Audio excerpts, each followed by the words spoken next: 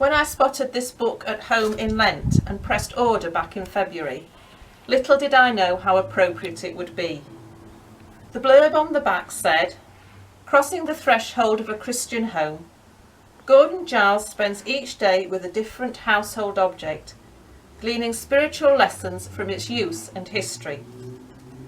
I had no idea then, and Gordon Giles would have no idea when he wrote it, that part-way through Lent we would all be confined to our homes for long periods of time, and that we would no longer be able to meet together.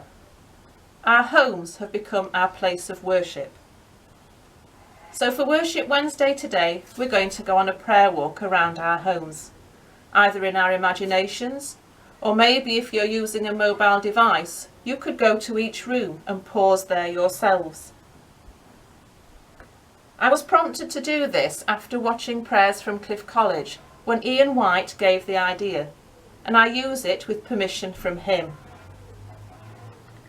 As we go to each room, I will give us some prompts as to things we might give thanks for and things we might pray for in intercession. However, you may of course find your own thoughts and prayers as we go around. So here we are at our front door. Welcome to our home. And so we give thanks for those who come to our home on a daily basis.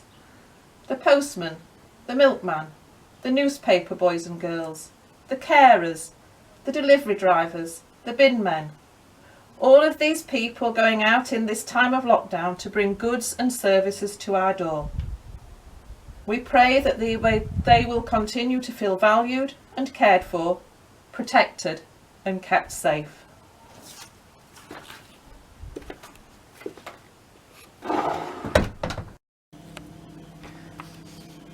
And so we come into the kitchen and we give thanks for the food in our cupboards and for all those who brought it to our kitchens and tables.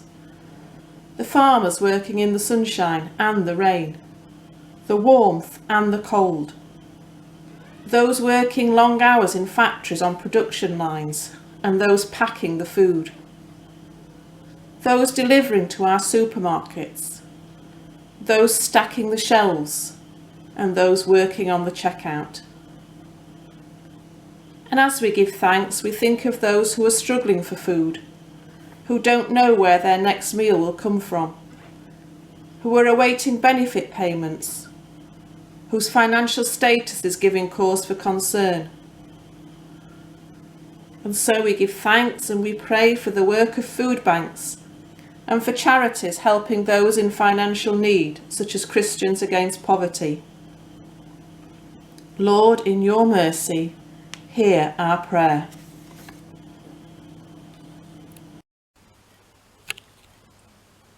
And so we move through to the lounge. And we give thanks for the times we have shared there with family and friends, for their photographs on the walls, for the times we can just come and sit and relax and be, maybe spend time with God. We give thanks for the books and television, jigsaws and hobbies.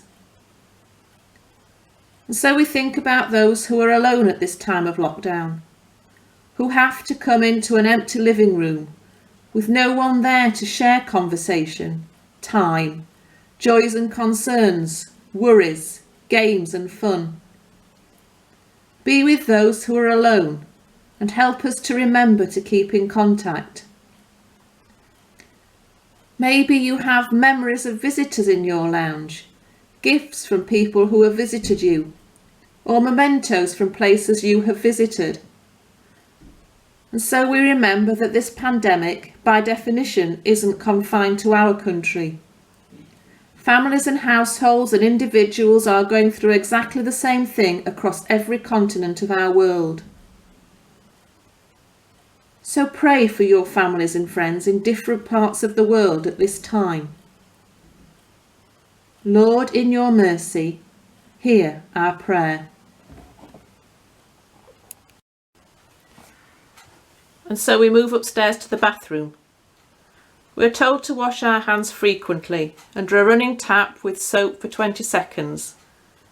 And so we give thanks for a place to wash and shower, for clean water and soap, and a place of good hygiene.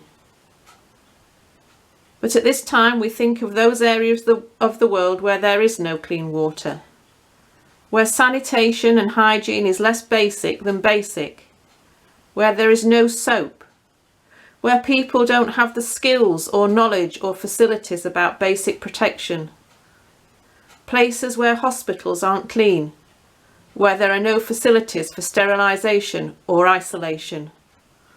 Lord, in your mercy, hear our prayer.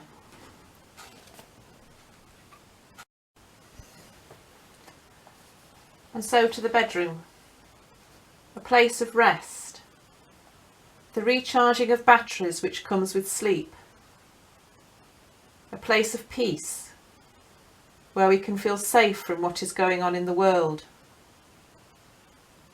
And so we give thanks that we have a warm, comfy bed to retire to, a roof over our heads, peace and calm as we shut our eyes. But we pray for those who are finding it difficult to sleep. NHS workers coming off long shifts, desperate for sleep but whose minds and thoughts just won't let them. For those who are worried about loved ones, critically ill in hospital but who they can't visit. For those grieving, who will not share a bed with a loved one again. We pray that they may know your peace, so that the healing power of sleep may come. We pray too for those who have no roof over their head. At best, an old railway bridge or a shop doorway. At worst, the open sky. No comfy bed to lie in. A bed which may be at best an old mattress on the floor. At worst, a hard, cold pavement. Give guidance to those organisations and workers trying to work out how best to help these people in the current crisis. And we think too of the refugee camps around the world. Households and families sleeping in close proximity, with basic hygiene and healthcare facilities. Hospitals damaged by war. We pray for all those working in the camps, that they will have plans and help to deal with COVID-19 in such a situation. Lord, in your mercy, hear our prayer.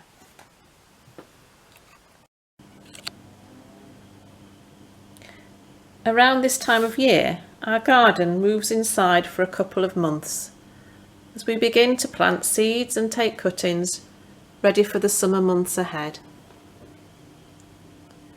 These are begonias, several years old now, brought in the winter with no sign of life. But as they come into the warmth and the light, they begin to shoot, and we have the promise of colour and joy in our gardens in the months to come. These are beans, planted several weeks ago, but the first shoots broke through the soil on Easter Sunday.